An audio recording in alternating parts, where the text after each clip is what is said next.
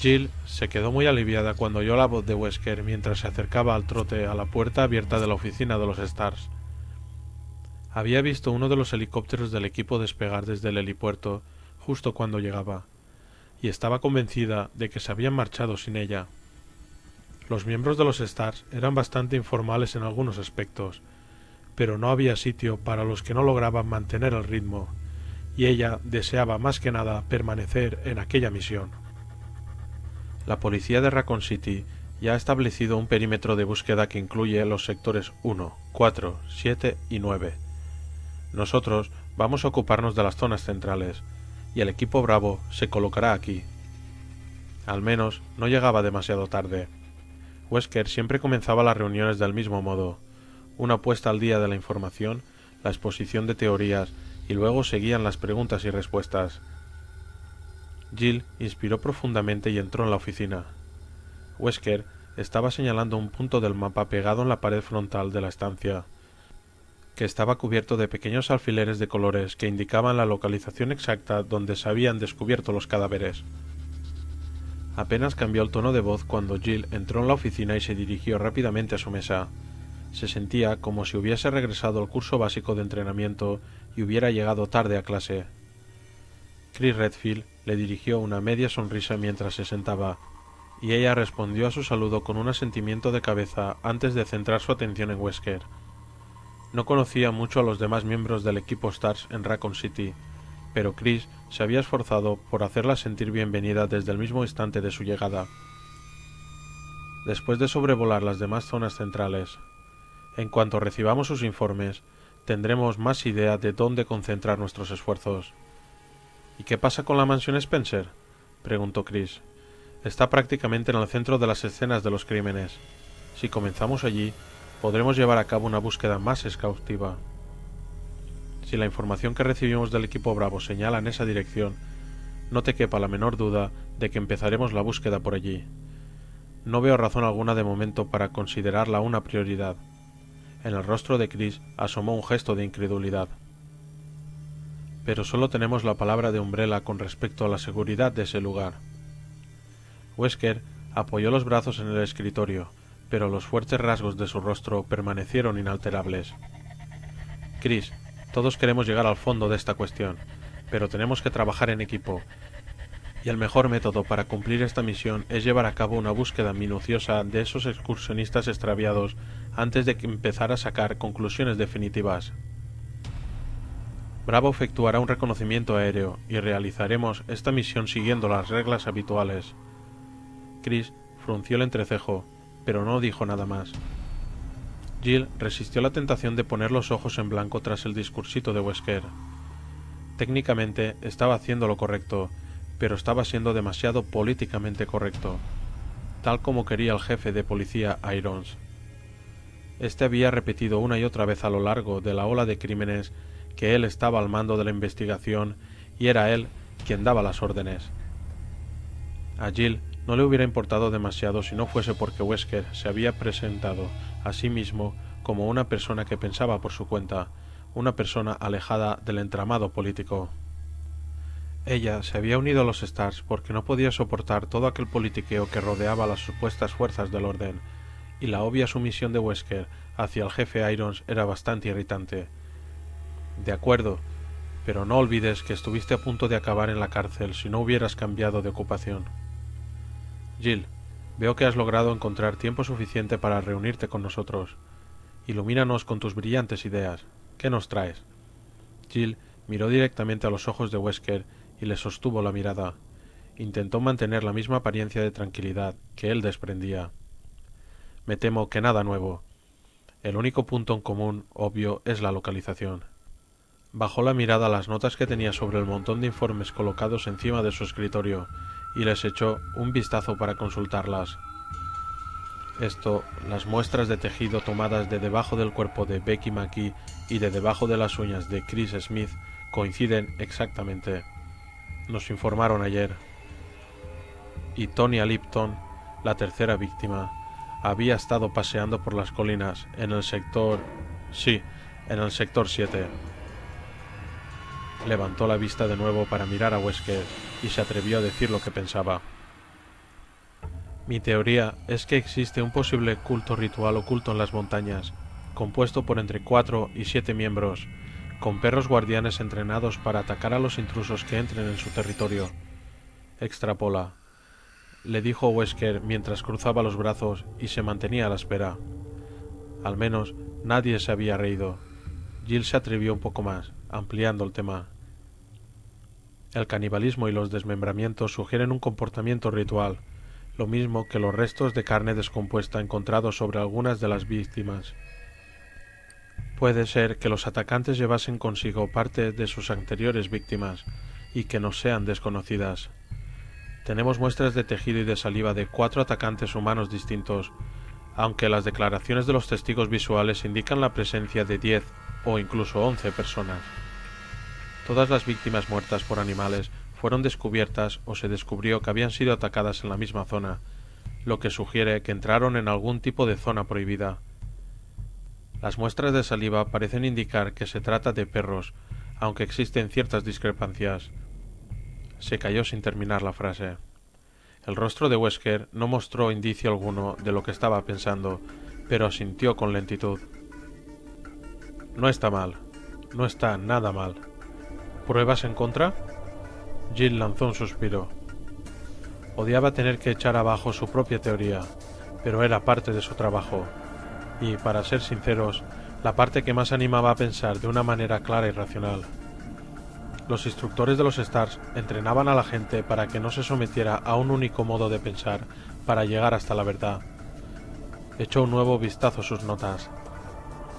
Es muy improbable que un culto de semejantes dimensiones se mueva mucho, y los asesinatos comenzaron hace muy poco tiempo para que sea algo local. La policía de Raccoon City habría detectado algunos signos de hace tiempo, algún tipo de empeoramiento en los crímenes antes de llegar a esto. Además, el grado de violencia post-mortem indica que se trata de atacantes desorganizados y habitualmente actúan en solitario. Joseph Frost, el especialista en vehículos y mecánica del equipo Alpha, habló desde el fondo de la habitación. Lo cierto es que la parte que se refiere a los ataques de los animales encaja, como si protegieran su territorio o algo así. Wesker tomó un rotulador de su mesa y se levantó para dirigirse hacia la pizarra de plástico que tenía cerca de su escritorio, hablando mientras andaba. Estoy de acuerdo. Escribió territorialidad en la pizarra y luego se giró para mirarla de nuevo. ¿Algo más? Jill negó con la cabeza, pero se sintió mejor por haber contribuido en algo. Sabía que la idea de un culto era una teoría frágil, pero no se le había ocurrido nada mejor. Desde luego, a la policía no se le había ocurrido nada en absoluto.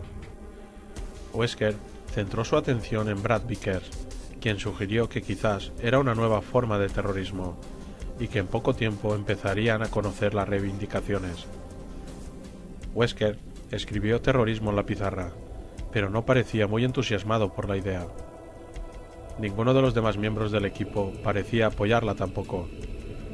Brad se concentró rápidamente de nuevo en los auriculares para comprobar la situación de vuelo del reconocimiento del equipo Bravo.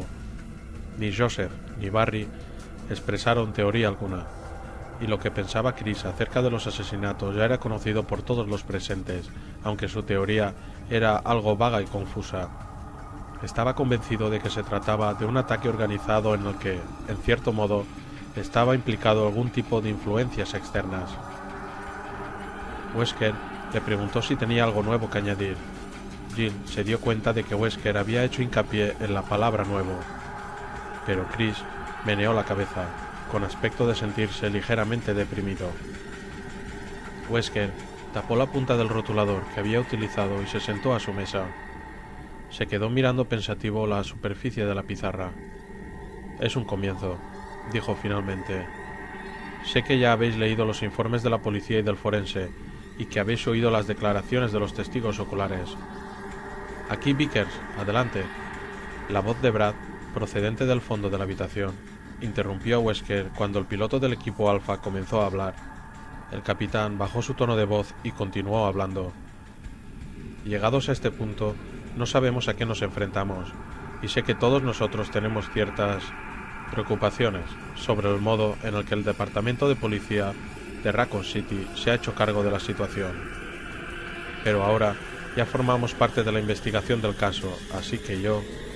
¿Qué? Jill se giró al oír el tono de voz más alto de Brad, al igual que los demás miembros presentes en la reunión. Se había puesto en pie y parecía estar muy nervioso. Apretaba con fuerza uno de los auriculares contra su oído. Equipo Bravo, informe. Repito, Equipo Bravo, informe. Wesker se puso en pie de un salto. Vickers, pásalo al altavoz. Brad pulsó un botón y el sonido chasqueante de la estática resonó por toda la habitación. Jill se esforzó por percibir la voz humana en medio de todos aquellos chasquidos, pero no pudo distinguir ningún sonido coherente durante varios segundos. Justo entonces... ¿Me recibís?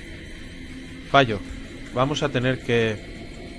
El resto fue ahogado por un estallido de nuevos zumbidos y chasquidos. Parecía la voz de Enrico Marín, el jefe del equipo Bravo. Jill comenzó a mordisquearse el labio inferior e intercambió una mirada llena de preocupación con Chris. La voz de Enrico había sonado histérica. Todos permanecieron en silencio escuchando durante unos cuantos segundos más, pero solo oyeron el sonido de una comunicación abierta. ¿Posición?, dijo repentinamente Wesker. La cara de Brad estaba completamente pálida. Están en el sector... en el sector 22, al final del área... Pero hemos perdido la señal. El localizador no transmite. Jill se sintió aturdida y vio que el mismo sentimiento se reflejaba en los rostros de los demás miembros del equipo. El localizador del helicóptero se había diseñado para que funcionara sin importar las condiciones atmosféricas reinantes. Lo único que podía impedir su funcionamiento era algo grave, como un fallo total del sistema o un daño grave. Como, por ejemplo, si se estrellaba el helicóptero. Chris sintió que se le formaba un nudo en el estómago cuando reconoció las coordenadas en las que se encontraba el helicóptero. La mansión Spencer. Marini había dicho algo acerca de un fallo, así que tenía que ser una coincidencia, pero él tenía la sensación de que no era así. Los Bravos estaban metidos en problemas, y justo encima de la vieja residencia de Umbrella. Todo aquello pasó por su cabeza en una décima de segundo e inmediatamente se puso en pie, listo para entrar en acción. Pasara lo que pasara, los Stars cuidaban los unos de los otros. Wesker ya se había puesto en movimiento. Comenzó a hablarle al equipo mientras sacaba las llaves del bolsillo y se dirigía al armario de las armas. Joseph, ponte en la radio e intenta contactar con ellos. Vickers, pon en marcha el helicóptero y pide permiso para despegar. Quiero que salgamos de aquí en 5 minutos. El capitán abrió la cerradura del armario al mismo tiempo que Brad le entregaba los auriculares a Joseph y salía a la carrera de la habitación. Las puertas de metal reforzado se abrieron de par en par y dejaron a la vista un arsenal de rifles y pistolas colocadas encima de cajas de municiones. Wesker se giró hacia ellos, con el rostro tan tranquilo como siempre, pero con la voz llena de energía y de autoridad. Barry, Chris, quiero que llevéis las armas al helicóptero, que las carguéis y que las aseguréis. Jill, ve por los chalecos y las mochilas y reúnete con nosotros en el tejado. Sacó una llave de su llavero y se la arrojó. Voy a llamar a Irons para asegurarme de que nos envíe apoyo, continuó diciendo Wesker. Luego lanzó un rápido bufido. 5 minutos o menos, gente. Vamos allá. Jill salió de la habitación para dirigirse a los vestuarios y Barry agarró una de las bolsas de lona del fondo del armario mientras asentía con la cabeza en dirección a Chris. Este recogió otra bolsa y comenzó a llenarla de cajas de munición, cargadores y cartuchos de escopeta, mientras Barry iba llenando su bolsa con armas que antes comprobaba una por una. Joseph continuó intentando entrar en contacto con el equipo Bravo, pero sin éxito. Chris se volvió a preguntar si era simplemente coincidencia la cercanía del equipo Bravo a la residencia Spencer en su última comunicación. ¿Estaban relacionados ambos hechos? Y si era así, ¿cuál era la relación? Billy trabajaba para Umbrella, y la corporación es la propietaria de la mansión. Jefe, soy Wesker. Acabamos de perder contacto con el equipo Bravo. Nos dirigimos hacia el lugar del último contacto. Chris sintió el súbito impulso de la adrenalina en sus arterias y comenzó a trabajar con mayor rapidez.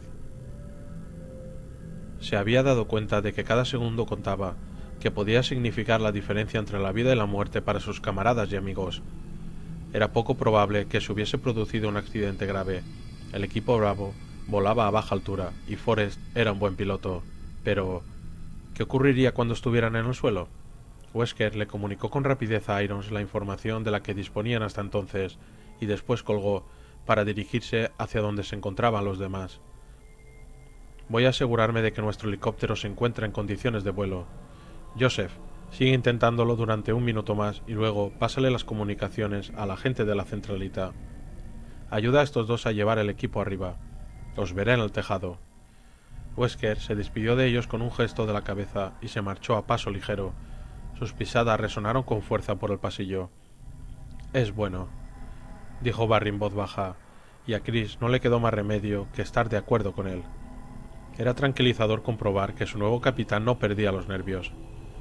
Chris no tenía muy claros sus sentimientos personales hacia él, pero su respeto por las cualidades de mando de Wesker crecía a cada momento. Adelante, equipo Bravo. ¿Me recibes? Cambio. Repito. Joseph continuó pacientemente, con una voz repleta de tensión, pero sus llamadas se perdían en mitad de la estática que resonaba en la habitación.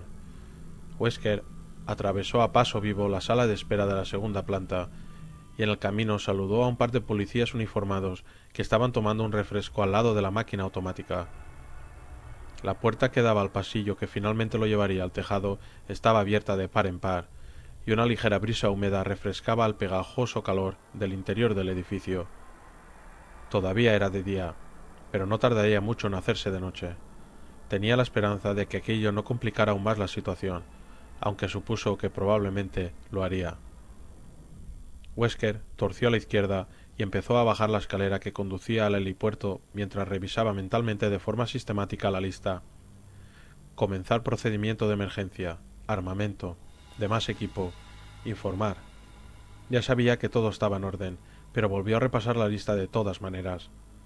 No convenía confiarse, y las suposiciones eran el primer paso hacia el error.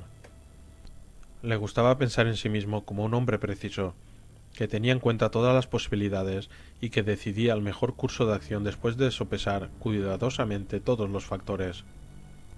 Ser jefe consistía simplemente en tener el control, pero para cerrar este caso, se quitó de la cabeza aquella idea antes de que llegara más lejos. Sabía lo que tenía que hacer, y todavía quedaba tiempo de sobra. Ahora tenía que concentrarse solo en traer de regreso a los miembros del equipo Bravo, sanos y salvos. Wesker abrió la puerta que daba finalmente al exterior y salió a la brillante luz del atardecer. El creciente zumbido de los motores del helicóptero y el olor a combustible asaltaron sus sentidos. El aire en el pequeño helipuerto del tejado era más fresco que en el interior del edificio. Estaba parcialmente bajo la sombra de una vieja torre de almacenamiento de agua. Vacío, excepto por el helicóptero gris metalizado del equipo Alfa. Se preguntó por primera vez qué le habría sucedido al equipo Bravo. Había ordenado que el novato y Joseph revisaran ambos aparatos el día anterior y estaban en perfectas condiciones. Dejó a un lado aquella línea de pensamientos mientras se encaminaba hacia el helicóptero, con su ya alargada sombra siguiéndole pegada a los talones. No importaba el porqué. Al menos ya no importaba el motivo. Lo realmente importante era lo que seguía a continuación. Espera lo inesperado, era el tema de los Stars, aunque lo que realmente significaba era estar preparado para cualquier cosa. No esperes nada. Ese era el lema de Albert Wesker. Quizás era menos pegadizo, pero era infinitamente más útil. Era una garantía prácticamente infalible de que nada te sorprendería jamás en la vida. Entró en la cabina del piloto y recibió una bienvenida por parte de Vickers en forma de temblorosa señal de pulgar hacia arriba. El tipo estaba completamente pálido por el miedo, y por un instante Wesker pensó en dejarlo atrás. Chris podía pilotar, y Vickers tenía fama de venirse abajo en situaciones tensas. Lo último que necesitaba era que uno de los suyos se quedara paralizado por el miedo si se presentaban problemas. Sin embargo, pensó en los Bravo desaparecidos y decidió que era mejor que los acompañara. Al fin y al cabo, sería una misión de rescate. Lo peor que podía hacer Vickers era vomitar encima de sí mismo si el accidente del helicóptero de los Bravo había sido muy grave, y Wesker podría soportar algo así. Abrió la puerta de carga lateral y efectuó una rápida revisión del equipo colocado en las paredes del aparato. Bengalas de emergencia, raciones de campaña. Abrió la tapa de las pesadas cajas situadas detrás de los asientos y comprobó los suministros médicos básicos mientras asentía. Estaban todo lo preparados que se podía estar. Wesker sonrió de repente al preguntarse qué estaría haciendo Irons en aquel preciso instante. Estará cagándose en los pantalones, seguro. Wesker lanzó una pequeña carcajada mientras saltaba al asfalto recalentado por el sol. Se imaginó claramente a Irons con sus gordas mejillas rojas por la indignación y con la mierda corriéndole pantalones abajo. A Irons le gustaba pensar que podía tener bajo su control absolutamente todo lo que lo rodeaba, incluidas las personas, y se enfurecía cuando no era el caso, lo que lo convertía en un perfecto idiota. Por desgracia para todos ellos, era un idiota con cierto poder en Raccoon City. Wesker había investigado un poco sobre el jefe de policía antes de ocupar su nuevo puesto dentro de los Stars. Se había enterado de unos cuantos asuntos que no dejaban muy bien parado a Irons. No tenía intención alguna de utilizar aquella información, pero si Irons intentaba una vez más fastidiar la operación, Wesker no tendría el menor remordimiento de dejar filtrar aquella información a la prensa, o al menos en decirle que tenía conocimiento de ciertos asuntillos. Desde luego, aquello lo mantendría alejado de la operación. Barry Barton apareció con la bolsa de municiones al hombro, y sus enormes bíceps se tensaron cuando se cambió la bolsa de hombro y se encaminó hacia el helicóptero. Chris y Joseph lo seguían de cerca. Chris cargaba con las armas de cinto y Joseph llevaba al hombro un RPG en su funda, uno de aquellos lanzagranadas de tipo compacto. Wesker volvió a quedar sorprendido por la fuerza bruta de Barton cuando el miembro alfa subió al helicóptero y dejó la bolsa en el suelo con facilidad, como si en realidad no pesara más de 30 kilos. Barry era bastante inteligente, pero, dentro de los Stars, el tener músculos era toda una ventaja. El resto de la escuadra estaba en buena forma, pero, comparados con Barry, los demás miembros del equipo eran unos palillos. Wesker volvió a centrar su atención en la puerta que daba acceso al helipuerto a la espera de que apareciera Jill, mientras los demás colocaban en su sitio el equipo que habían llevado. Echó un vistazo a su reloj y frunció el entrecejo. Hacía menos de 5 minutos que había perdido el contacto con el equipo Bravo, de modo que habían reaccionado en un tiempo excelente, así que... ¿dónde demonios estaba Valentine? No había tenido mucho contacto con ella desde su llegada a Raccoon City, pero su expediente era todo un historial. Tenía unas excelentes recomendaciones por parte de todos aquellos con los que había trabajado, y su último capitán la alababa diciendo que era notablemente inteligente y que se mantenía increíblemente tranquila en las situaciones de tensión. Era normal, teniendo en cuenta su vida pasada. Su padre era Dick Valentine, el mejor ladrón de guante blanco de hacía un par de décadas. Él se había encargado personalmente de entrenarla y formarla para que siguiera sus pasos, y a ella le había ido bastante bien hasta que finalmente encarcelaron a su padre. Sea una chica prodigio o no, podría comprarse un reloj en condiciones. Le ordenó en silencio que se diera prisa para meter su trasero en el helicóptero y le indicó a Vickers que comenzara a hacer girar los rotores del aparato. Había llegado el momento de descubrir lo mal que estaban las cosas.